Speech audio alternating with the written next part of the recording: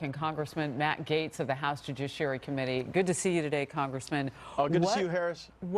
Before we get to the judiciary work, I know you just gave reporting on the White House Chief of Staff position. Yes. Let me make a prediction for you. Jared Kushner will be the next White House Chief of Staff. I believe that the president views this kind of conflict period coming up with House Democrats as one where he needs the loyalist people closest to him. And I think if it wasn't going to be Kushner, it probably would have been my colleague Mark Meadows. But I'll go ahead and make that prediction that Jared Kushner will be the next Chief of Staff. All right. So full disclosure, the way that we know things as human beings is to have some confirmed. You are not a guy who makes predictions. That's not who you are.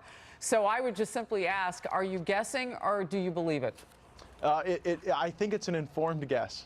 Okay, that's fair enough. Congressman, making some news this hour could be Jared Kushner, and I met him for the first time when I was at the White House yesterday. Had I had this information, I would have asked him about it.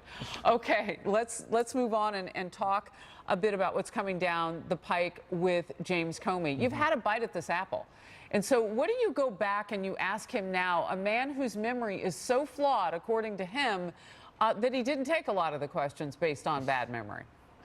James Comey has perfected the art of selective amnesia, and I don't expect that will change on Monday. I do think it is reflective of poor management of the Judiciary Committee that we're bringing in Jim Comey a second time before we bring in Rod Rosenstein even once. I mean, it was months ago that Rod Rosenstein was reported as saying he wanted to wiretap the president and potentially remove him from office, and we haven't asked the first question about that. So I think that's a real dereliction of duty. There are two areas where I think Comey's right. First, this should not be occurring behind closed doors. We should be skeptical of Republicans and Democrats when they tell us that the best way to conduct oversight is to do it outside of the view of the American people. Second thing I think Comey's right about, this is not a sincere attempt to hold Hillary Clinton or Jim Comey accountable for Hillary Clinton's email scandals. If we were really serious about doing that, we'd have been on the stick starting the beginning of the 115th Congress. So what we're really trying to do here is understand the four corners of where Comey was leaking and who he was talking to, because our fear about Comey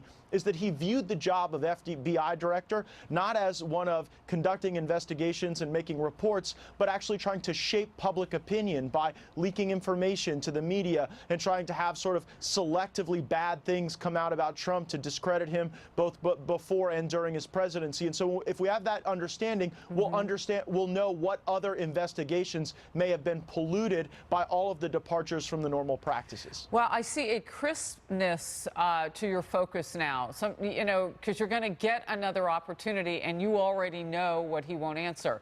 So it's interesting. You're not going to go down all those lanes that you know that have blocks. You mentioned the four corners of where the leaks may have come from.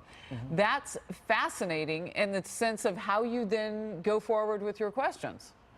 It is, and you should keep in mind that Michael Horowitz is still looking at those things. He actually gave a prelude to his investigation in his last report that detailed all of the bias in the Hillary Clinton email investigation by the people conducting that investigation. But he said that there were circumstances where people in the media were giving concert tickets and sporting tickets to people in the FBI. And then you have conflicting stories from Comey and McCabe about whether or not McCabe's leaks were just something that he had done as a result of going rogue, or whether those things were actually directed by Comey. So this is not about Hillary Clinton. This is about understanding where the culture at the FBI that had become so toxic under James Comey may have let us down in other ways. I'm going to step into just one more bucket here, and that is Mike Flynn, because he's sentenced next week. James Comey saying that, in terms of him not being told to bring a lawyer with him when he first was interviewed, that was something that they kind of, and I'm paraphrasing him, kind of got away with that they might not have with other administrations. I got to let you go. I'll bring you back. You broke some news. You say it's Jared Kushner as the chief of staff. I'm going to attribute you for that. You said it's an informed guess. Congressman of Florida, thank you very much.